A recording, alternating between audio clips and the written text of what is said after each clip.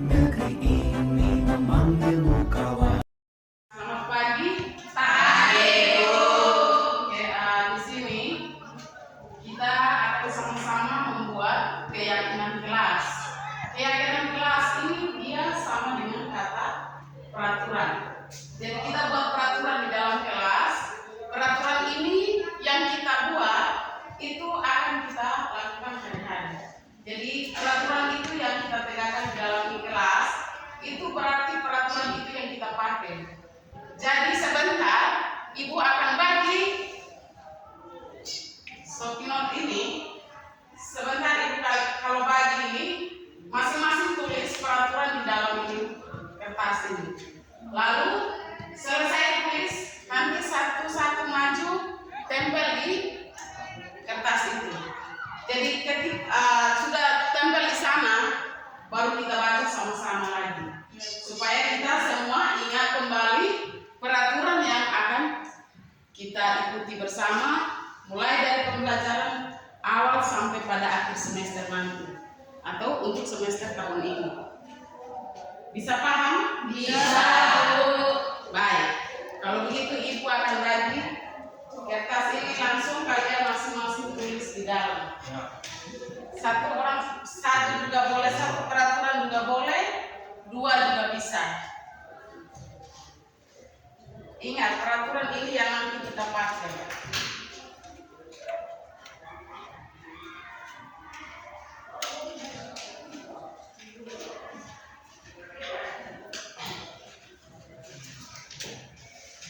Masing-masing tulis bisa satu peraturan, bisa lebih dua atau tiga peraturan yang ditulis. Yang sudah tulis langsung tempel di depan.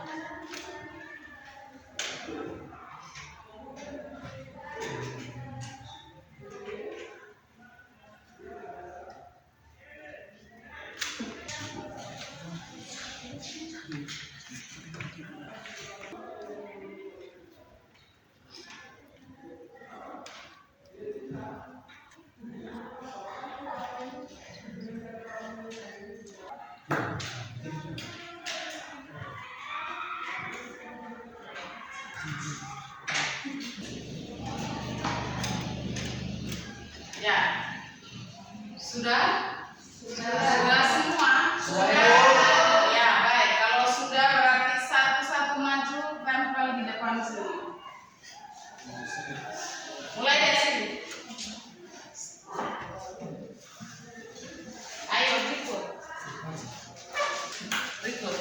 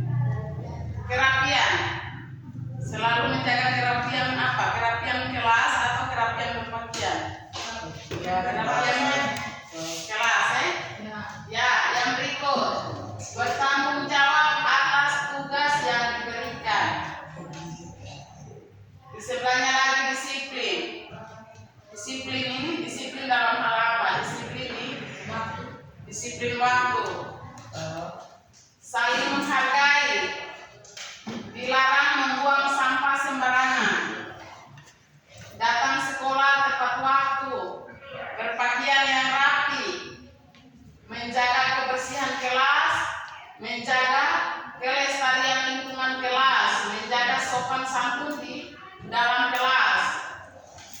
Yang berikut, datang sekolah tepat waktu, menjaga sopan santun saat pelajaran berlangsung, menjaga kebersihan kelas dan saling membantu dalam kebersihan piket, saling membantu teman dalam kelas dan menjaga kebersihan dan keindahan kelas. Ini yang nanti kita akan ikut selama kita berada di sekolah atau di dalam kelas. Karena ini peraturan dalam kelas yang kita harus pakai. Jadi ketika kita sudah masuk di sini, kita masuk di dalam kelas berarti kembali pada peraturan atau keyakinan kelas ini. Jadi yang ini yang kita pakai di dalam kelas. Baik.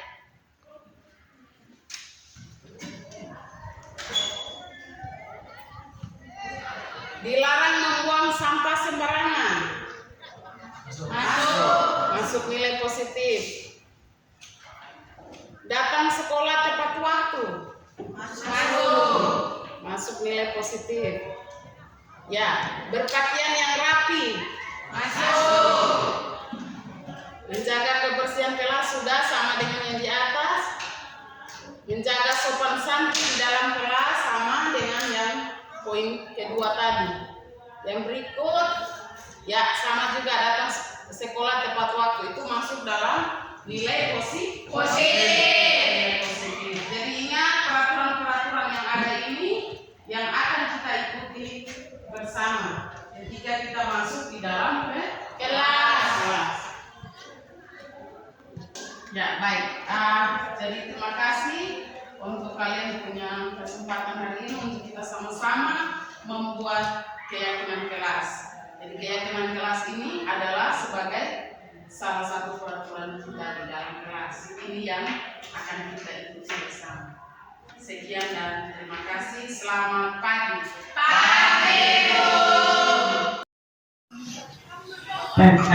Assalamualaikum warahmatullahi wabarakatuh. Salam. Selamat siang untuk kita semua. Kepada yang terhormat Bapak Kepala Sekolah atau Bapak Wakil yang mewakili, yang saya hormati Bapak Ibu Guru, kita semua yang hadir pada saat siang ini. Pertama-tama kita patut panjatkan rasa syukur kita ke hadapan hadirat Tuhan karena atas rahmat tuntunannya sehingga hari ini pun kita masih ada di sini dalam keadaan sukacita, sehat walafiat dalam mengikuti kegiatan yang akan saya sampaikan atau saya lakukan dalam menyampaikan pada kegiatan guru penggerak, yaitu pada modul 1.4 tentang budaya positif. Untuk itu sebelum kita mulai kegiatan kita, saya minta Ibu Fadila untuk pimpin kita dalam doa.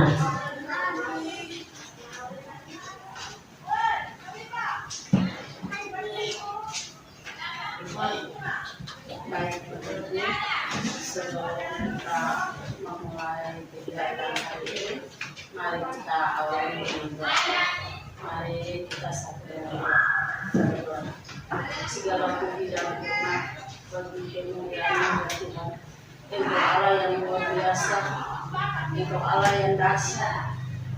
Terbukti hari ini kami sebagai pendidik, kami berada di ruangan ini. Tujuan kami untuk mau belajar. Kami mohon kepadamu ya Tuhan, kegiatan hari ini kami mohon kiranya Tuhan Yesus ambil alih, baik sebagai pemateri maupun kami sebagai pendengar. Kami mohon kepadamu ya Allah, Engkau mari urapi kami, baik kami sebagai pendengar dan penyampaian materi. Tuhan Yesus urapi kami, agar semua yang kami dengar, semua yang kami yang sampaikan biarlah itu bermanfaat dalam keseharian kami di lembaga ini. Ya Allah kami memohon kepada-Mu ya Tuhan, kegiatan awal sampai dengan akhirnya biarlah jadi menurut kehendak-Mu. Di dalam nama Tuhan Yesus, Engkau anak Allah yang hidup, hamba sudah berdoa. Haleluya. Amin.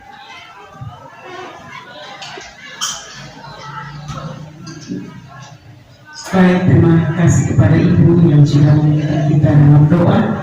Selanjutnya saya berikan kesempatan kepada Bapak Sekolah atau Bapak Wakil yang mewakili untuk menyampaikan hal-hal penting bagi kita semua.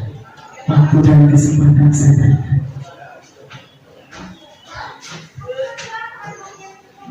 Baik, terima kasih atas kesempatan yang diberikan. Assalamualaikum warahmatullahi wabarakatuh.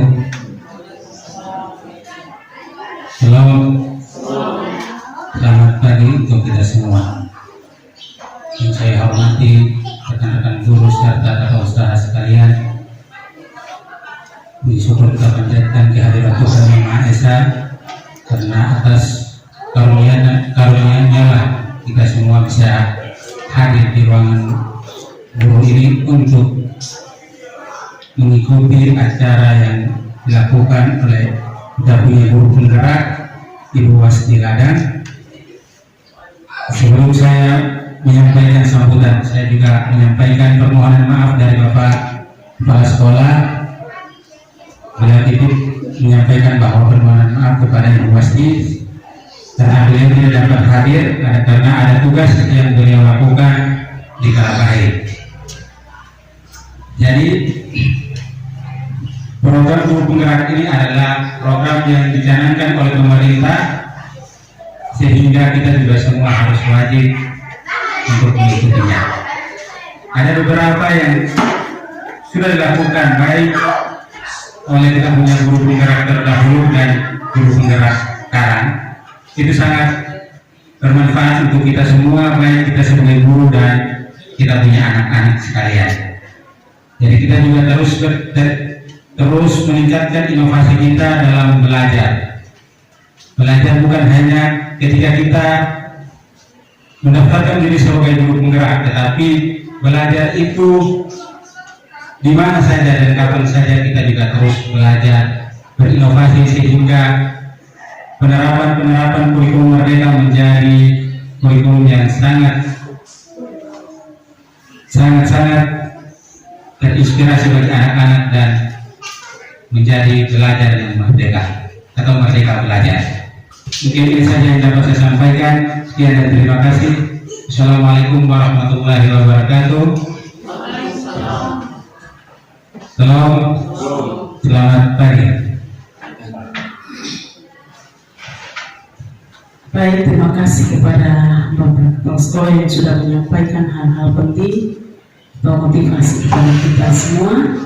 Dan selanjutnya kita akan masuk pada kegiatan inti, yaitu saya akan menyampaikan budaya positif.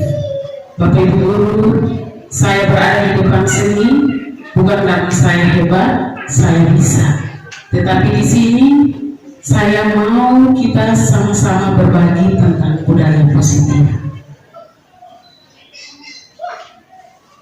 Untuk itu kita melihat budaya positif.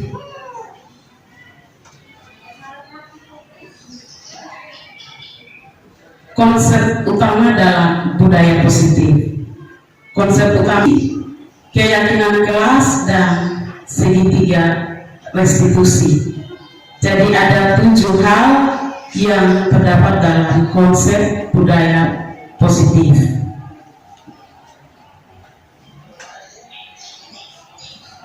Baik, untuk pembelajaran dengan paradigma baru, pembelajaran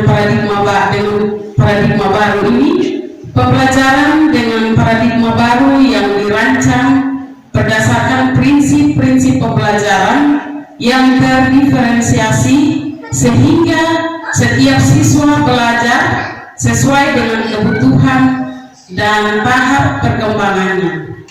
Pembelajaran paradigma baru dapat berbasis pada profil pelajar Pancasila. paradigma teori kontrol atau teori pilihan atau biasa disebut dengan ilusi kontrol. Dalam ilusi kontrol, posisi kita guru sebagai mengontrol murid. Ilusi guru mengontrol murid, itu yang pertama. Dan yang kedua, ilusi membawa kritik dan membuat orang merasa bersalah, dapat menguatkan karakter. Yang ketiga, ilusi bahwa semua penguatan positif, efektif, dan bermanfaat. Yang terakhir adalah ilusi bahwa orang dewasa memiliki hak untuk memaksa. Itu pada bagian paradigma yang terjadi untuk kita belajar bersama.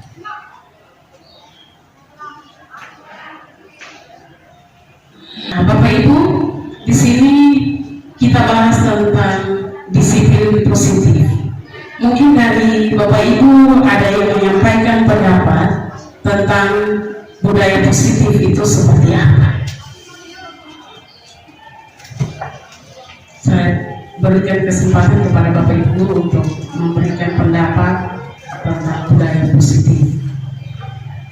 Menurut saya, budaya positif yang biasa kita lakukan dalam kehidupan kita hari lepas hari, mungkin salah satu contoh, kita saling membantu satu dengan yang lain.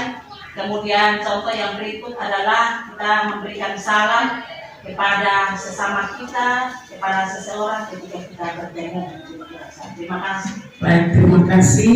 Mungkin ada yang lain lagi bisa memberikan pendapat tentang budaya disiplin positif.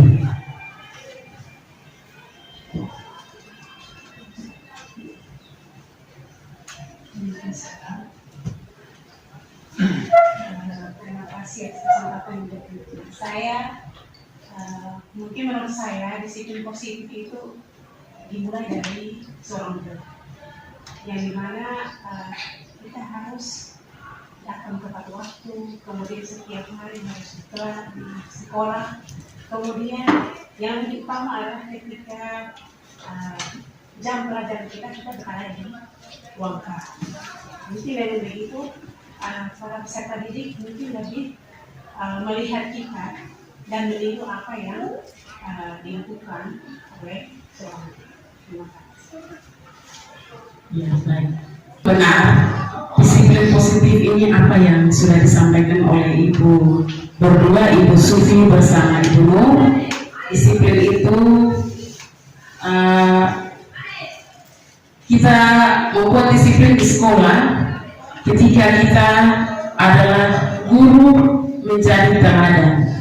Jadi apa yang sudah disampaikan Ibu Nur dan Ibu Sufi kita bisa dapat terapkan, karena menurut Ki Hajar Dewantara atau Bapak pendidik kita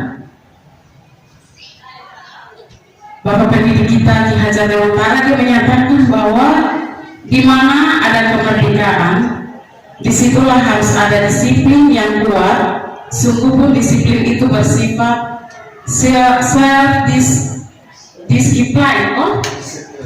disiplin, ya, yaitu kita sendiri yang mewajibkan kita dengan sekeras-kerasnya, tetapi itu sama saja. Sebab jikalau kita tidak cakap melakukan disiplin, wajiblah penguasa lain mendisiplin diri kita. Dan peraturan demikian itulah harus ada di dalam suasana yang merdeka. Jadi kita saling mengingat.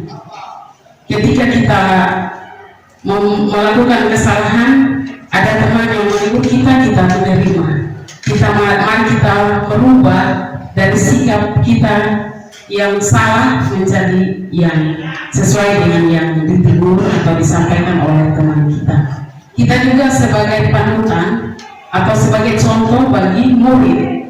Jadi untuk belajar dari pemikiran dari Ki Hajar Dewantara ini, kita guru adalah sebagai contoh teladan bagi siswa. Jadi yang kita buat, siswa bisa ikut apa yang kita buat.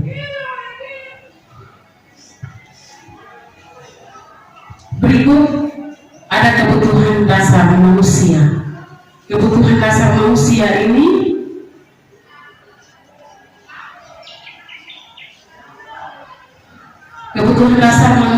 ada kasih sayang dan rasa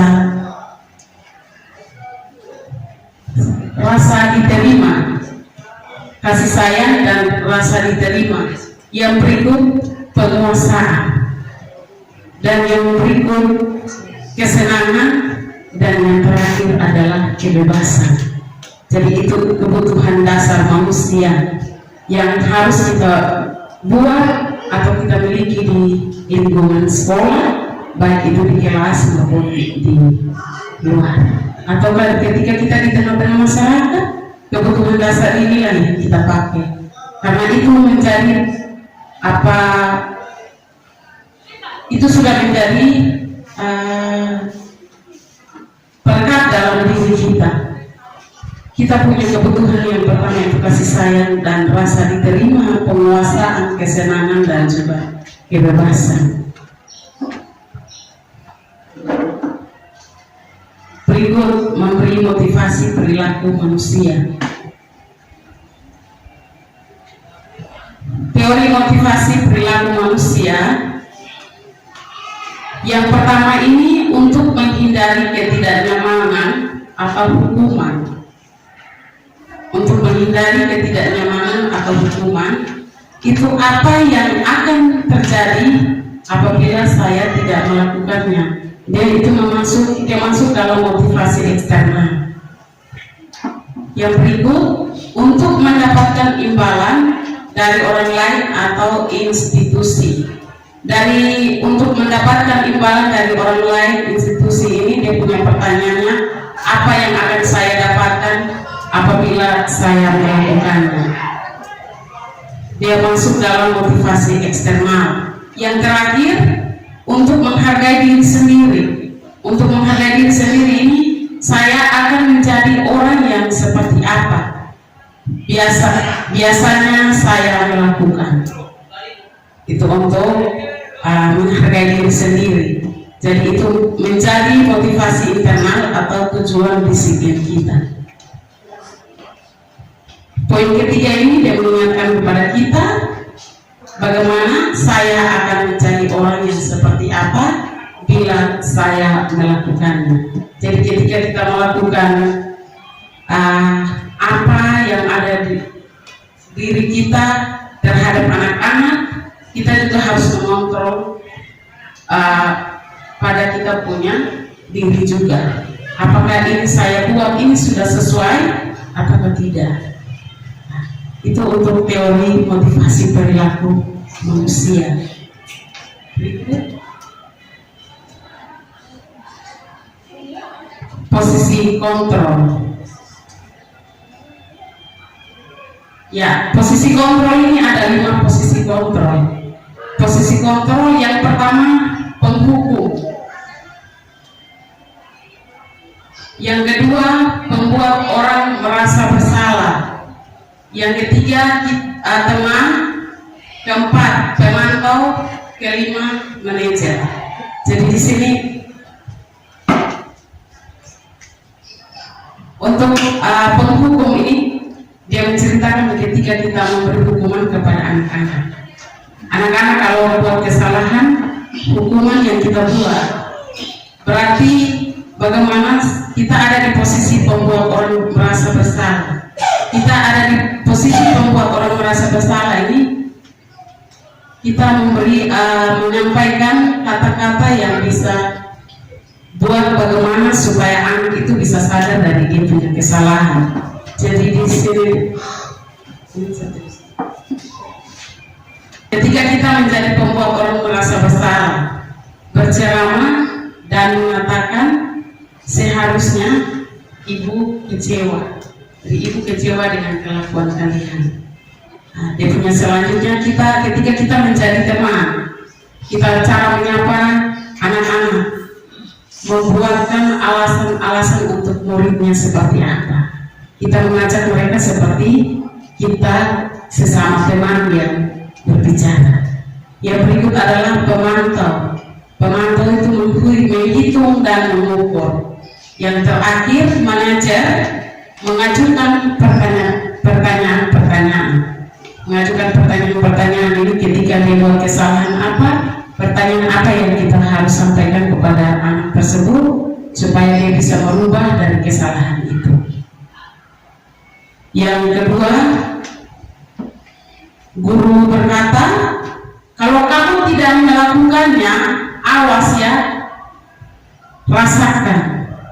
Kadang kita keluarkan kata-kata seperti itu, tetapi kita harus menjadi pembuat orang merasa bersalah. Itu kita bisa dengan menggunakan kata, kamu seharusnya, kamu sudah tahu, ibu enak sekali mengatakan itu, ibu stres. Jadi itu kita bisa sampaikan ke anak-anak. Ketika kita menjadi teman, kita bisa mengatakan, ayolah lakukan dengan ibu. Masa kamu tidak mau? Ingat tidak, ibu pernah beritahu kamu. Jadi itu kata kita bisa sampaikan ke anak-anak. Yang berikut, pemantau. Apa peraturannya? Peraturannya kita bisa sampaikan ke anak-anak. Ingat kembali peraturan yang kita sudah sepakat bersama. Yang pada posisi manajer, apa yang kita yakini, apa yang bisa kau kerjakan untuk memperbaiki masalah itu. Jadi kita sampaikan kira-kira apa yang bisa. Setelah ini ibu sampaikan apa yang bisa kamu lakukan, apa yang bisa kamu mau memperbaiki dari kesalahan ini. Terakhir, dari hasil, membentak, menyalahkan orang lain, berbohong. Posisi kita sebagai pembuat orang merasa bersalah, kita menyembunyikan, menyangkal, berbohong. Teman, ketergantungan. Pemantau, menyesuaikan diri bila diawasi. Kita ada di posisi manajer, kita menguatkan diri atau menguatkan pribadi. Untuk motivasi yang berikut, kaitan dengan dunia berkualitas. Kaitan dengan dunia berkualitas, pada penghukum, murid meletakkan guru di luar dunia berkualitas. Sebagai pembuat orang merasa bersalah, murid meletakkan guru di dalam dunia berkualitas.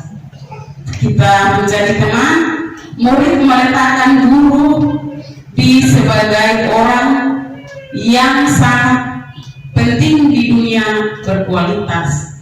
Pemantau, murid melakukan guru, peraturan, dan hukum di dunia berkualitas. Sebagai manajer, murid meletakkan dirinya sebagai individu yang positif dalam dunia berkualitas. Motivasi untuk murid berkata, biarkan saja, nanti juga marah-marah lagi. Membuat orang merasa bersalah, maafkan saya. Teman, saya berpikir Bapak Ibu, teman saya ternyata begitu. Jadi itu kata kita bisa sampaikan. Yang berikut, pemantau, berapa banyak bintang yang saya harus peroleh, berapa halaman yang harus saya tulis. Menjadi manajer, bagaimana cara saya bisa memperbaiki keadaan. Dan yang terakhir, motivasi yang terakhir adalah dampak pada murid. Mengulangi kesalahan.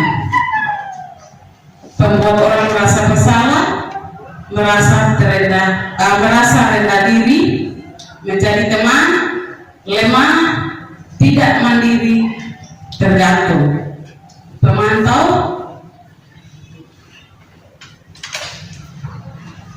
mengibaratkan pada sanksi atau hadiah untuk dirinya, melibatkan.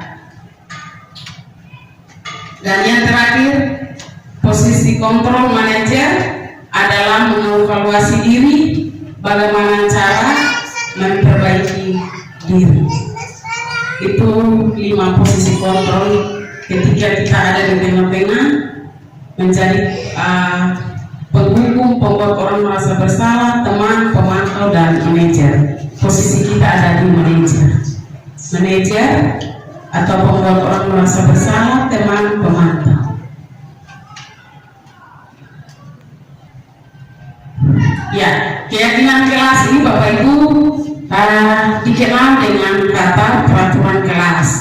Jadi ketika kita di kelas, kita bisa membangun kesepakatan dengan kita punya anak-anak di kelas. Jadi kita bisa buat peraturan kelas. Jadi ketika kita buat peraturan di dalam kelas, itu yang harus diikuti. Jadi yang kemarin orang bilang biasa disebut dengan kata peraturan kelas, tetapi sekarang disebut dengan keyakinan kelas. Jadi peraturan apa saja kita bisa buat di dalam kelas, kita sepakat dengan kita punya anak-anak. Jadi untuk para kelas bisa pakai restitusi. Segitiga restitusi ini ada validasi kebutuhan, ada menanyakan keyakinan, menstabilkan identitas. Ketika anak membuat kesalahan, dia sama dengan 5 posisi kontrol tadi. Ketika anak membuat kesalahan, kita bisa panggil dia untuk menyelesaikan. Jadi yang pertama, kamu tentu punya alasan mengapa melakukan itu. Yang kedua,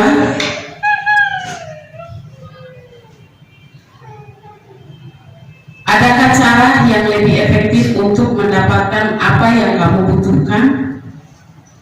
Berikut, nilai-nilai apa yang telah kita sepakati?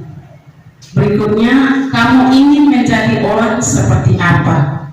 Setiap orang pasti pernah melakukan kesalahan. Kamu bukan satu-satunya yang pernah melakukan. Jadi ini kata-kata ini kita bisa gunakan ketika anak itu membuat kesalahan, kita panggil masuk dan kita memberi nasihat atau memberi motivasi bagaimana supaya dia bisa berubah, dia bisa menyadari dari dia punya kesalahan dengan menggunakan kata-kata yang ada ini. Bisa pakai kata-kata yang lain juga, tapi ini yang saya buat.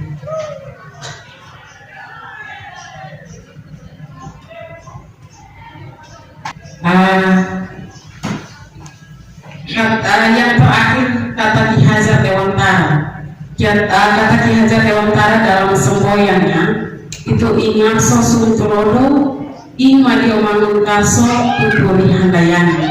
Di depan memberikan teladan, di tengah membangun kekuatan dan terus berkarya, di belakang memberi dorongan.